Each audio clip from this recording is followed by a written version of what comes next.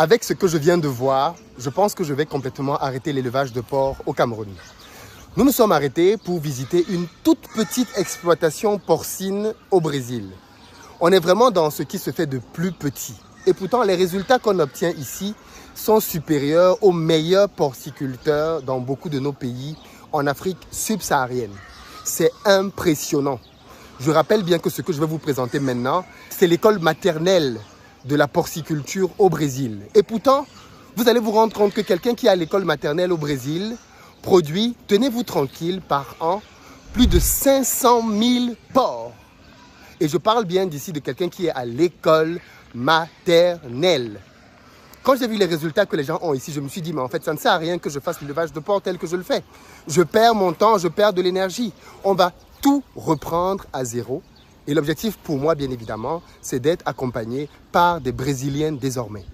Ces mecs savent faire des choses. Franchement, on a tout intérêt à venir apprendre ici. Je vais vous présenter la petite unité porcicole pour que vous puissiez vous rendre compte vous-même de tout ce que l'on a à apprendre. C'est hallucinant.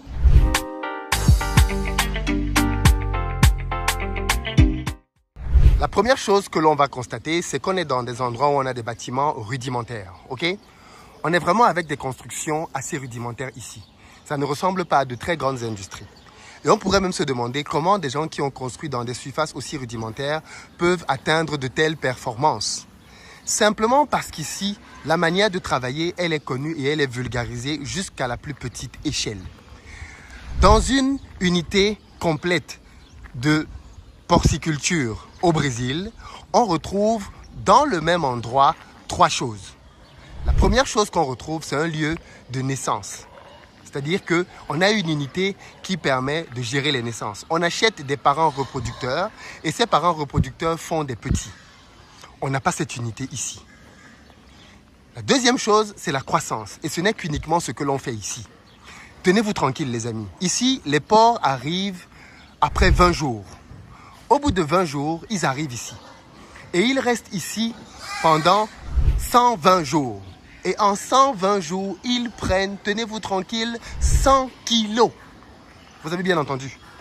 En 120 jours, ils prennent 120 kilos.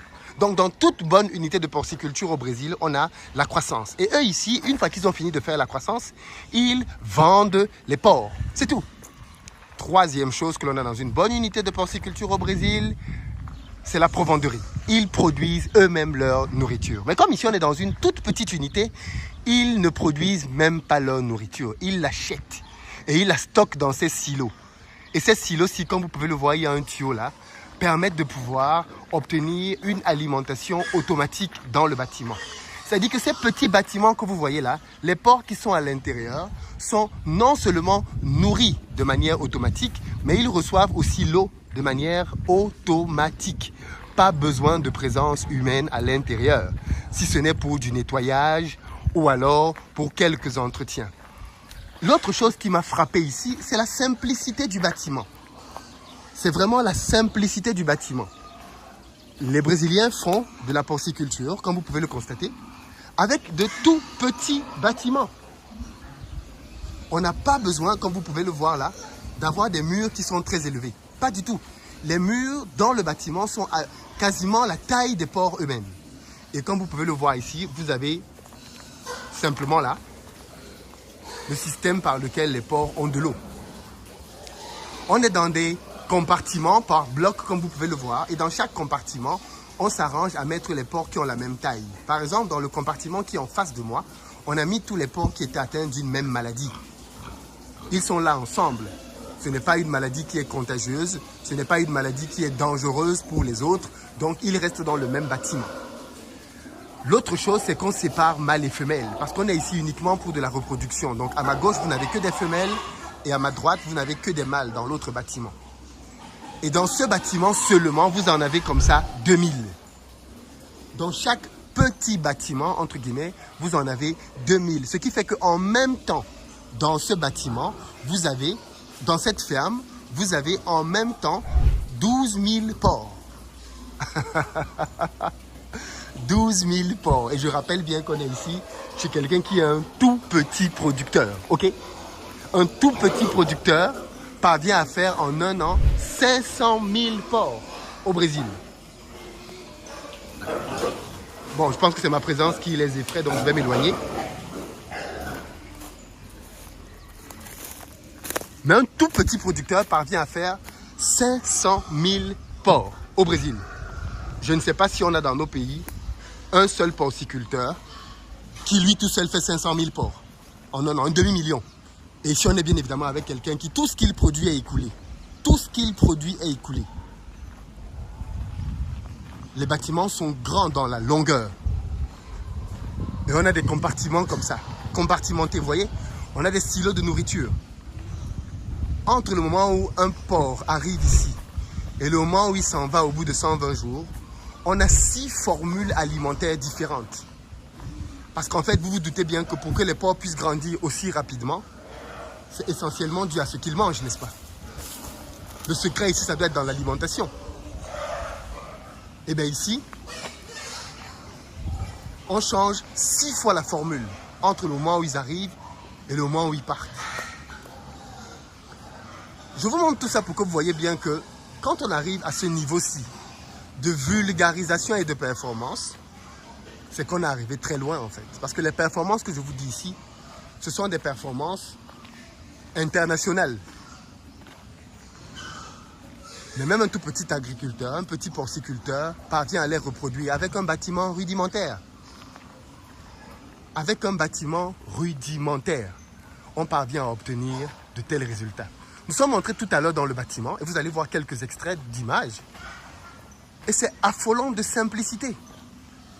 Qu'est-ce qui nous empêche? Je veux dire, si on n'a même pas les moyens, ok, de dire qu'on va commencer à faire les très grands bâtiments, qu'est-ce qui nous empêche de commencer à ce stade? Qu'est-ce qui est magique ici? Rien. Rien n'est magique. Les bâtiments, on peut les reproduire, on peut même faire mieux. Le système d'adduction d'eau, le système de nutrition avec des silos, on peut le reproduire. Il n'y a rien de magique là-dedans. Qu'est-ce qui nous empêche de faire la même chose? Là où on va avoir du mal, c'est au niveau de l'alimentation. Parce que les Brésiliens ont travaillé, ils ont fait de la science pour découvrir quelles étaient les meilleures formules alimentaires pour les porcs chez eux. J'ai aussi constaté quelque chose ici qui est très intéressant et qui est la caractéristique des gens qui réussissent, c'est la facilité du partage. Partout où on va, on nous présente comme des gens qui veulent investir, qui voulons apprendre de ce que les Brésiliens font. On nous ouvre les portes facilement. En Afrique, qui va t'ouvrir les portes de quoi? En Afrique, les gens te cachent les races de porcs qu'ils utilisent. En Afrique, les gens te cachent le nombre de porcs qu'il y a dans leur ferme. Tenez-vous tranquille. Ici, la dame qu'on a vue propriétaire nous a tout dit en quelques secondes. Tout dit. Elle n'a rien mystifié. Elle a ouvert ses portes et elle nous a tout montré. Les races, les aliments, les cultures qu'ils font à côté parce qu'ils cultivent du maïs en face. Mais ils ne s'en servent pas pour faire les formules. Ils cultivent le maïs parce qu'ils ont des terres et ils vendent ce maïs-là. Et avec cet argent-là et ces bénéfices, ils achètent les aliments dont ils ont besoin de manière finie. Mais je rappelle que ça, c'est parce que c'est une toute petite unité. Dans des unités beaucoup plus développées, ça ne se passe pas comme ça. Dans les unités beaucoup plus développées, ils font tout. Ils achètent des géniteurs et à partir des géniteurs, ils font tout le reste des croisements. Ils font les naissances, ils font la croissance et pour certains même derrière, ils transforment la viande. Parce que vous le savez, le porc est une viande qui donne des possibilités infinies. Et donc, ils ont enchaîné comme ceci plusieurs bâtiments. N'est-ce pas intéressant? Voilà pourquoi je dis qu'on gagnerait à venir au Brésil. Parce que vous n'allez pas trouver un bâtiment comme ça en France, ni en Allemagne. Vous allez trouver quelque chose de beaucoup plus sophistiqué, de beaucoup plus moderne, qui va se chiffrer en centaines de milliers, voire millions d'euros. Alors qu'avec des moyens beaucoup plus rudimentaires, on peut faire des choses très intéressantes. Vous remarquerez qu'autour de chaque bâtiment, ils ont planté des arbres. Vous avez remarqué? Rien n'est fait ici au hasard. Rien n'est fait au hasard. Voilà pourquoi je vous dis, nous devons apprendre de ces gens. Je vais vraiment tout faire pour que même ces gens dans l'agriculture et dans l'agribusiness soient avec nous à Paris pour venir nous partager les secrets dont nous avons besoin et créer des deals, des partenariats pour que nous puissions nous-mêmes aller apprendre dans leur pays Et pourquoi pas nous envoyer des techniciens? Parce que c'est de ça dont il est question. Qu'ils viennent dans nos pays, qu'ils forment nos agriculteurs, qu'ils leur donnent le savoir et la connaissance qui leur manque, pour que nous puissions avoir ce genre d'unité à foison. Ce que je dis là pour le porc est valable pour le poulet. On n'a pas pu visiter une unité de poulet parce qu'en ce moment, les mesures sanitaires sont très strictes parce qu'il y a beaucoup de maladies.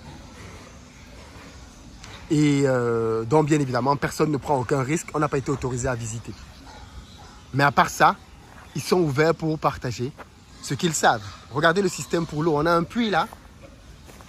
Vous voyez le petit mécanisme? C'est ce petit mécanisme-là qui fait la différence. C'est incroyable. Vraiment incroyable.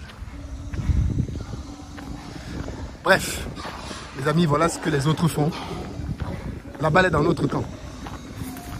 N'attendons plus que X, Y, Z viennent faire les choses à notre place. Levons-nous, parce que ceci est clairement de notre responsabilité. Les amis, j'espère vous voir nombreux à Paris. Prenez vos places. J'espère vraiment qu'on va enclencher une révolution avec ce mouvement d'Afrique et Diaspora. On va aller chercher, on vous l'a promis cette année, les meilleurs fournisseurs pour nous apporter le savoir dont nous avons besoin, les collaborations dont nous avons besoin pour réussir un changement et un impact sur le continent. La balle est dans votre camp.